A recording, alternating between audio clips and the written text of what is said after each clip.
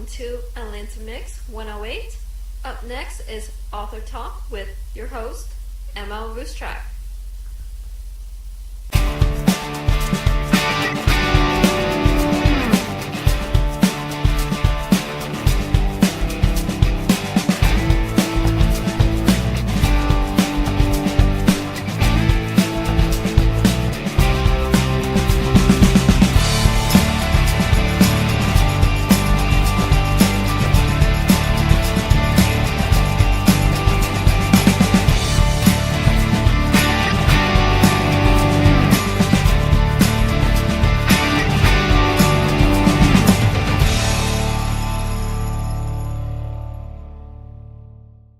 Welcome to Author Talk Radio with M.L.Ruscsak. I'm your host. I'm here with Joyce Field, a wonderful author with several books, and we're going to touch base on as many as we can today.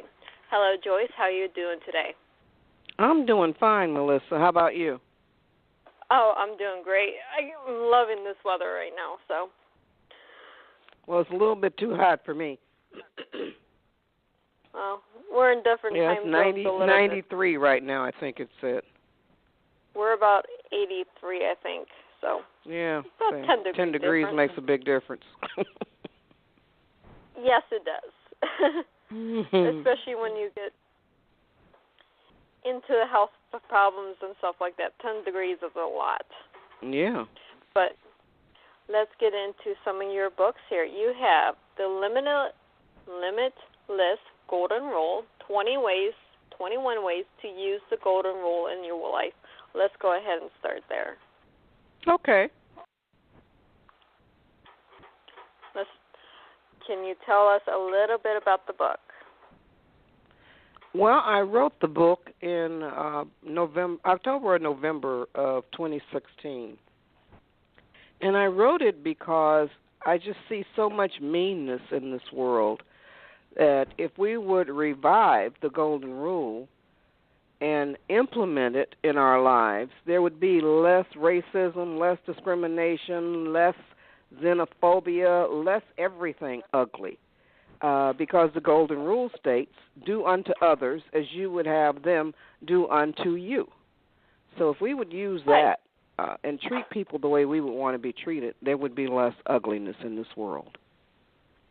And that's all we can do is hope they would read this and actually take heed in the book itself, because there's such a good, positive message that we need to implement into today's society. And I give, like the title says, 21 ways to use the golden rule in your life. So I give lots of just very short scenarios at the park, at the gym, on the road driving, with your neighbors, with your family, and I have 21 ways, and they're all short. The book is only 43 pages, so God blessed me with the talent for being succinct, and I address the media, movies, television, newspapers, all of that. And I think the media, the newspapers really, really need this book right now, considering a lot of the hate that they're contributing to, not inventing, but contributing to. Yes. And that's in your 21 ways. It goes hand in hand with your other book, Dear Bully. And for me, this is very personal because I was raised by my grandparents, and because I was raised by my grandparents, I was bullied and hassled all through school until like 11th grade, I believe. It was horrible growing up, and there's so many things within your poems about bullying that I wish I would have read decades ago. Wow, that's nice to hear. So, it's written for the bullied and the bully, and the book is called Dear Bully, a collection of poems about bullying. I wrote 25 poems in 6 hours, and it just flowed right through me to the keyboard. So, and there's one poem in there that's from the parent's point of view. It talks about this child of mine. So and I don't remember it, all of the poems verbatim. So, right. but it's short, and it's like I said, it's only 43 pages. Right. Like And I said, so it this has book, what I call no words as well in there, like no malice and put downs and all of that. And there's pictures on each opposing page with a circle with a line drawn through it as if to say no. And so, and like I said, it's written for the bullied and the bully. well, I think the bullies need to read this to get some perspective because, like I said, it was ridiculous growing up being bullied, being hassled for things that a lot of times were beyond my control. Yes, exactly. And so we really need to appreciate people for their strengths and weaknesses as well, So everybody has strengths and weaknesses as well as virtues and just I just don't understand why kids continue to bully, and it's almost like we are feeding them being bullies. So we're not. When we were coming up, television shows really showed kids how not to be. So right. And now today's shows show them exactly the opposite, and you have a society full of hate and malice and disgruntled people. Mhm. Yeah, that's very true. But if the media were to turn it around, if you could see it, you could be it. So right. That's what I think. If they would focus more on the positive than on all this negative idiocy that's going around right now, we would be in such a better place. And like I said, Dear Bully goes hand in hand with their first book. And both need to be read not only by our youth, but by so many executives in the media world as well. Yeah, I totally agree. But that's why I'm trying to get the word out about the existence of my books. My mission statement is that I write books that inspire people on their journey to make the world a better place. Exactly. And that's what my books do. Every one of them has positive outlook and things that need to be implemented into the society. Every single book has something, no matter how small of detail, but it needs to be implemented in today's society. Otherwise, we're going to have a society in the next 20 years that no one wants to live in. Amen. That's the truth. I just hoped to see better days. I'm very hopeful. I'm not optimistic, but I'm hopeful. Well, unfortunately, that's all we can do is hope right now. Yeah, so, it is. Start with the school systems, fix that, and then maybe in 20 years we'll have a better society. But we need to start young. Yeah. We need to start. That's why I wrote the book, the Dear Bully book, because we need to start turning this ship around. And if I have any teachers out there, please share this book with your class, because really you need to get. We talk about intolerance to bullies in the schools, but nothing's really being done to prevent. Yeah, I don't see it being done. So, and that's what I put on Instagram just about every day. Buy this book to your child's classroom, read some of the poems, if not all of them, and have a discussion in the classroom. Right. The book is written for 8 to 12-year-olds. That's where I think we can capture turning it around. Yeah, that's the perfect age group to nip this in the bud. But yeah, I would think. We need this in the schools. Well, I'm trying very hard to get it into the school systems. I wrote to one superintendent out in California of schools, And so then I was referred to the principals. So the response was the principals are the ones who would purchase the books. So now I'm in the process of writing and emailing school principals to see if they are interested in acquiring the book for their students. And that's what I'm in the process of doing right now. Where I'm at, it's up to the librarian, or the board of education when it comes to books. It's like, okay, can we put a purchase order in for books? How do we go about doing that? And you see, it's so different for each system. So so I need to find out what the requirements are to get it into the schools in each state. So that's what I'm in the process of doing, because I really think that there's a need for this book. There is a tremendous need for the book to get out there to today's youth. They need it so much.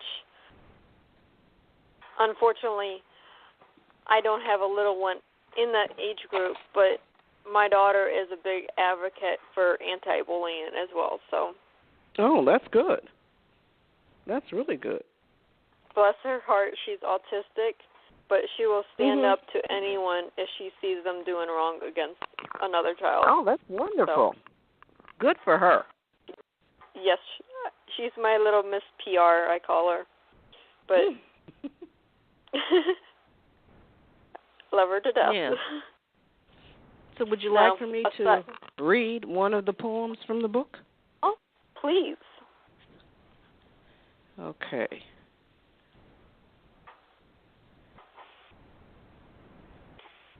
I'm going to, let's see. Dear Bully, this is the one that's written from the parent's perspective. Dear Bully, my child does not deserve the hurt and the pain that you cause. If you would stop and think, your actions would give you pause. You'd realize that each of us must have our chances to shine. You could be setting a better example. You could help this child of mine. I ask you to stop and think, dear Bully. Please walk in the shoes of my kid. I think that would change your actions, and you would be glad that you did. And that's the end of that one. All of them start, Dear Bully. And as they should be, because these are, no matter if it's to the bully or to the child being bullied, it's things that the child feels. And I can't stress that enough that, yeah, you might be the bully and you might get a temporary high out of bullying someone, but really, what are you doing to yourself? I know. That's what they don't think about. Yeah. You ruin your reputation. You ruin future friendships or possible friendships. And you're setting yourself up for disappointment later on. It's not something that, yeah, it makes you feel good in that moment, but how are you going to feel 10 years from now when you look back? Yeah, that's true. And I have heard cases where the bully doesn't even remember that they bullied. So it's almost they're in a fog and living their lives in a fog where they don't even they're not even aware of what they're doing. If you do that to somebody, you should never forget it. Exactly. See, the ones that used to bully me, oh no, we're good friends in school. What are you talking about? It's like, excuse you? I know. That's exactly my point. So it's like they're living their lives in a fog. So I just don't understand it. They're living a lie. And that's pure and simple what it is. They are living a lie. And when you live a lie, how can you really have that emotional connection to other people? They're doing damage to themselves. So, but I think that this book would really help if it got into the hands of students, because then kids are the ones that can turn this around as they're coming up in this world. So. Yes, they can. Then I also have the vision, telling kids that they can make the world a better place. And that one was written because I think, like we were just saying, the kids are the future. So if we start putting good stuff into them, and this book contains 2 contracts, one for home and one for school, where the child has the opportunity to change his or her behavior and create a more positive future for him or herself. And so the contracts talk about changing the behavior, and they have a date on which they will agree to change their behavior, and it has all the information in it about the home task, chores, and also in school it tells you, they have a chance to change their attitude about all the subjects that they have in class. And then they have to get the teacher to sign it and 2 of their classmates to sign it. And they can't get mad when they're reminded that they signed a contract. And it takes like 7 weeks to change your behavior. And I have an activity log in there that shows what behavior has changed, and you can get to grade them. And so it helps. And the first part of the book is a journey through history with 2 young slave children. And the slave children were just talking about what they have to go through in order to learn how to read and write. And then they are just incredulous that these kids, the little girl, the book is called The Vision. And so the little girl has visions where she can see way far into the future. And she sees that the kids nowadays are not really applying themselves to learning. And then she's like she's incredulous that they don't know what they had to go through in order to learn how to read and write. And now, because it's a gift to them to learn how to read and write, the children in the future won't accept it, and they're not doing so well. And so, it ends up on a positive note where the kids, the 2 slave children, get up and march out of the barn that they're in, discussing the future.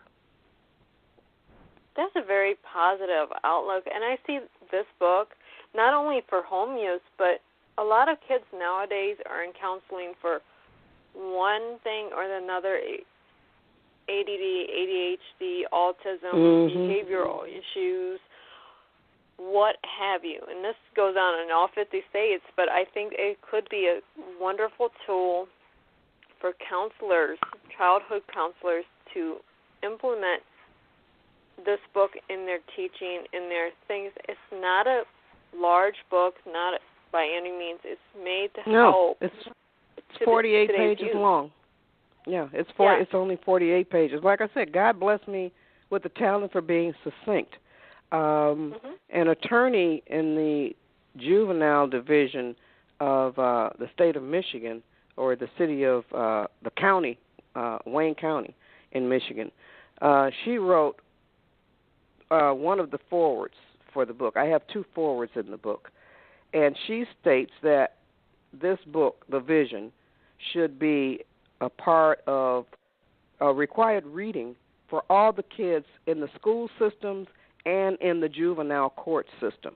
Because kids are geniuses, and they need to be told that they are geniuses. Everything that you look at, you can look around your room, or you're sitting right now or standing, whatever, and everything that you look at, that you cast your eyes upon, was invented or it started in the seed of somebody's mind, as a seed in somebody's mind. And so the chair, the table, the television, all started with the seed in somebody's mind. And your mind is just as good as anybody else's. And so that's what I tell them. It's a very positive message. Not only, like I said, not only the juvenile system in the schools, but I really think with your contracts, they need to be incorporated with the counselors. Yeah, because I they agree. already use the counselors in a lot of situations use contracts. And this is a tool that contract's already there, and then you have a learning experience attached to the contract. It goes hand in hand. It does. Yes. So the foreword that the attorney wrote was a real mind blower for me when I first read it. So I put it into the book. That's always a positive thing. Yes. Then now, I have another one. What'd you say? I was going to say you have another very positive book that takes a very scary situation and puts a positive outlook toward it, and that's your breast cancer journey to the greater joy. This will help so many.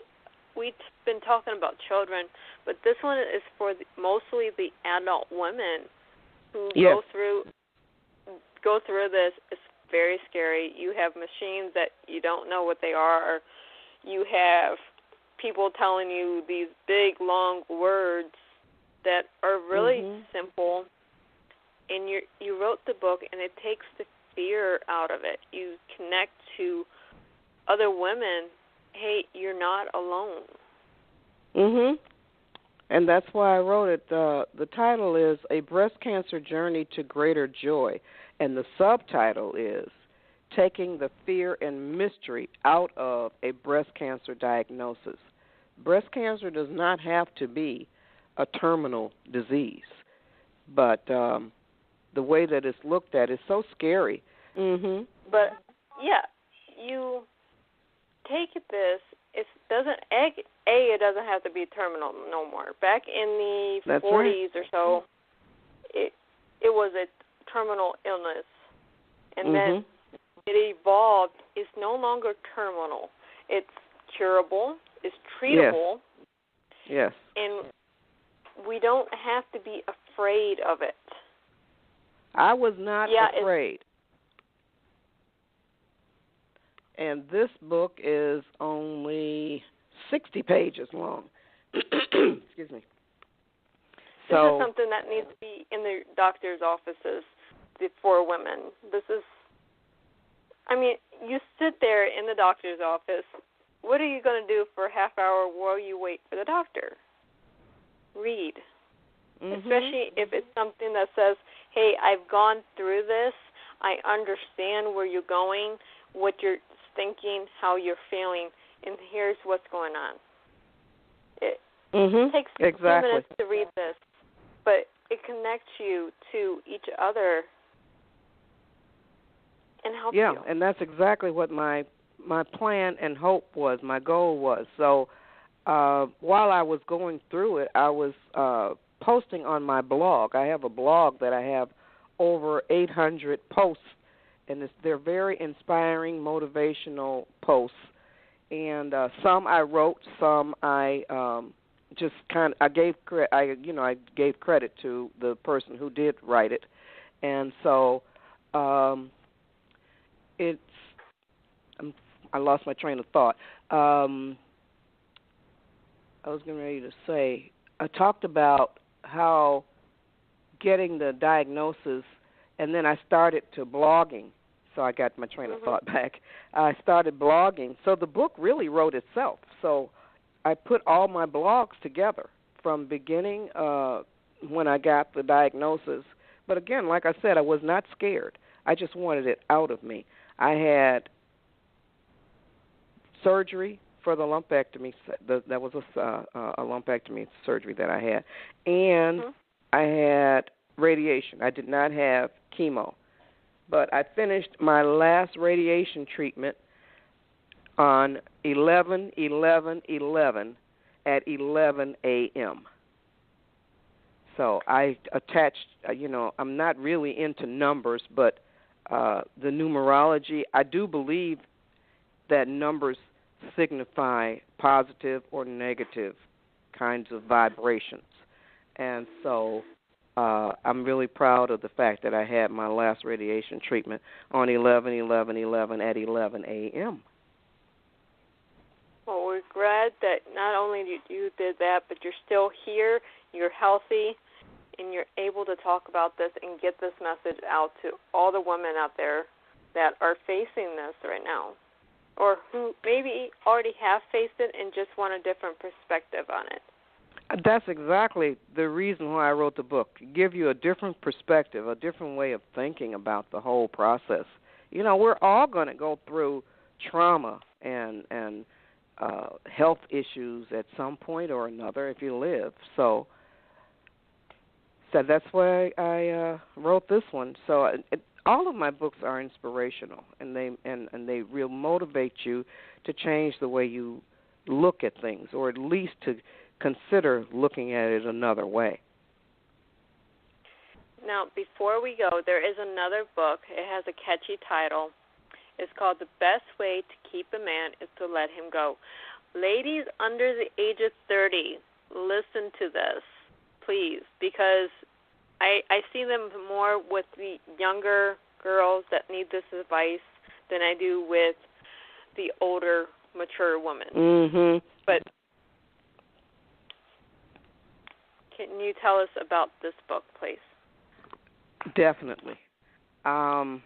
When I was 15, I'm 74 right now. My husband and I have been together since we were 13 years old. That's 61 years. And we have been married. We just celebrated our 51st wedding anniversary on June 3rd.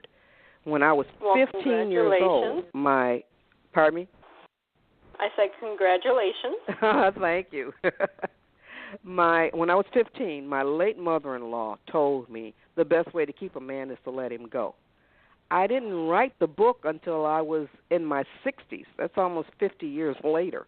So that's how long what she said stayed with me. And so I wrote it because I see so many young girls, like you just said, who don't seem to understand the dynamics of keeping a relationship healthy and happy and peaceful, sexy, all of that. And so it has, it's only 64 pages, which includes 21 pages of recipes.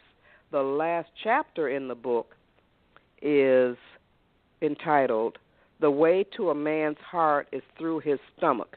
And so there are lots of young girls nowadays that almost take pride in the fact that they don't know how to cook, they don't want to cook, take me out to dinner every day, and so that's not a good way to be. So that saying is older than I am. The way to a man's heart is through his stomach. Every man, just about every man, appreciates a good home-cooked meal. The recipes are simple and easy. My favorite one is called skillet chicken and rice, and I made it up. It's just chicken, rice, broth, and onions, and it is delicious. I salivate when I'm preparing it. But some of the chapters in the book include do not take man advice from a woman who has no man. And there is a lot of that going around because women are complaining to other women, and especially those who don't have a man, and they're telling them how to handle it and all of that stuff. There's another chapter. Misery loves company. Yeah.